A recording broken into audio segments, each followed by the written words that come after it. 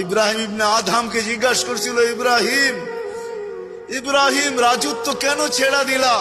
বলে 4 প্রশ্ন পাগল করে দিছে, এই জন্য রাজত্ব ছেড়া দিছে। বলছে রাজত্ব ছেড়া পাইলা কি? ছোটটা পাই নাই, বড়টাই পেয়েছে। দেখতে মন চায়, যদি দেখাইতা তো ইব্রাহিম আউলিয়াদের কেরামত, এটার নাম। আউলিয়ারা যে কেরামত দেখায় না, আউলিয়াদের কেরামত এটার নাম। আউলিয়ারা কেরামত দেখায়, কি দেখায়? কি বুঝলেন আপনি? কেরামত দিয়ে কি বুঝলেন? আউলিয়ারা দেখায়, আল্লাহওয়ালারা দেখায়। তুই ভাবতেছিস আমি কিছু পাই নাই, তো মাঝে মাঝে আল্লাহ দেখায়। নবীরা মোজেজা দেখায় কেন? দুনিয়া ভাবে নবীদের কাছে কিছু নাই, নবীরা বলে দেখ কি না আছে। ইশারা করতে দেরি, চাঁদ 2 টুকরা হইতে দেরি।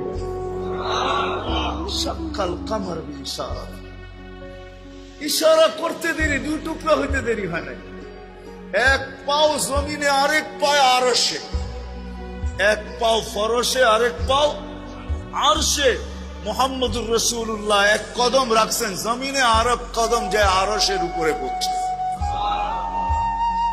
গেছেন আরশে না জান্নাত?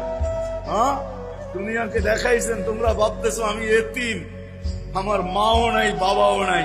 তোমরা ভাবতেছো আমার কাছে দুনিয়ার কিচ্ছু নাই, সব কিছু এর কাছে, ওর কাছে।